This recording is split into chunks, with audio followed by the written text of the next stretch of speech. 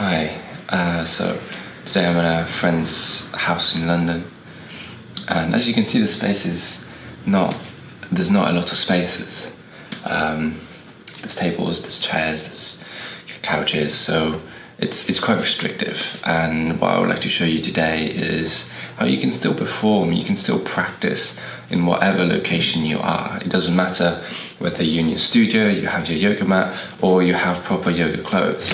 Whatever you have will allow you to perform different types of movements. So this is a great way to learn how to move the body around the environment and also within the skin that we all carry every day. So here we go. So yeah, like most of my warm-ups tend to vary. I used to have a very strict warm-up sequence. But these days it's probably because I don't have, I usually kind of rush out of the door. I give myself 15-20 minutes. If I'm quite lucky, I have about 40 minutes to practice. So my warm-ups are all like a check-in with my body, and usually the first thing that I do, I kind of jump out of bed and do a downward dog for 5 minutes, just because when you perform Adho Mukha Svanasana, it's like a combination of different asanas put together. So you get the benefits of lengthening the spine, opening the chest, the collarbones, your trapeze muscles, lengthening your hamstrings, engaging your thighs. It pretty much works every single thing in your body. So doing that first thing when you're still cold, obviously you don't go through the whole pose like straight away, you don't force yourself into the pose. However, when you are in the pose, you feel straight away where your body is most tense. So that's why I like to perform it straight away. But today I'm going to do some interesting things and then see what my body tells me to do.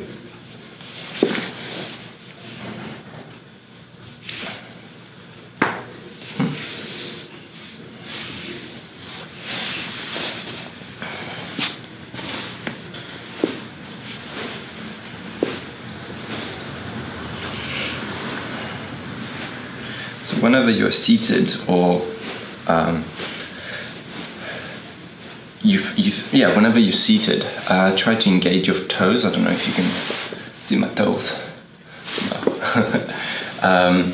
Basically, try to engage your thighs. Keep your thighs grounded, pressing down onto the mat, or in this case, the floor. And what I'm doing, basically, I'm just moving my coccyx.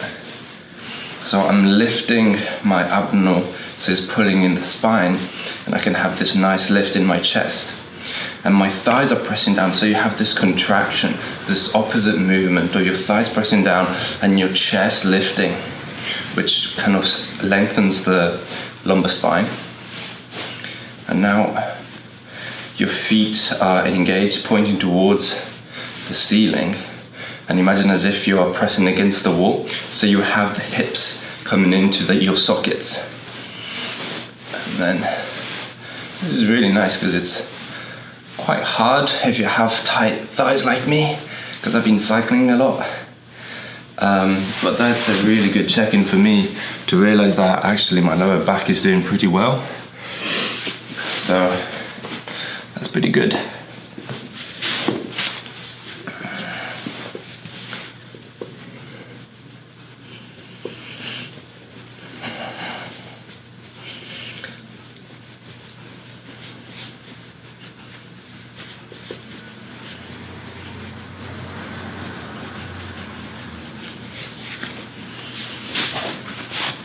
Oh yeah, one thing, when we do Ardha Titali, half butterfly, I recommend grabbing the same hand or the same leg and placing it under your knee to protect it. So in my case, I'm lifting my left knee, so I'm bringing my left hand under my left knee, picking it up so this leg can be limp, dead.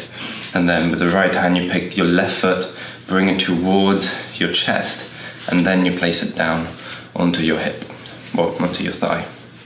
And again, your right foot is engaged, your right thigh is engaged. They're pressing down. And your left foot is pressing against your right hand. So as if my left foot is trying to pull my right hand away from me. And the opposite action is that my right hand is pulling the foot into me. So this is going to help open up my right side of the body, while the hip, my left hip, is being opened by the action of the engagement here in the foot, and also trying to rotate out my hip so it goes down.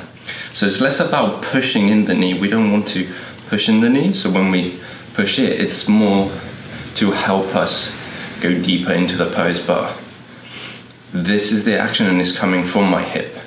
It's not coming from my knee.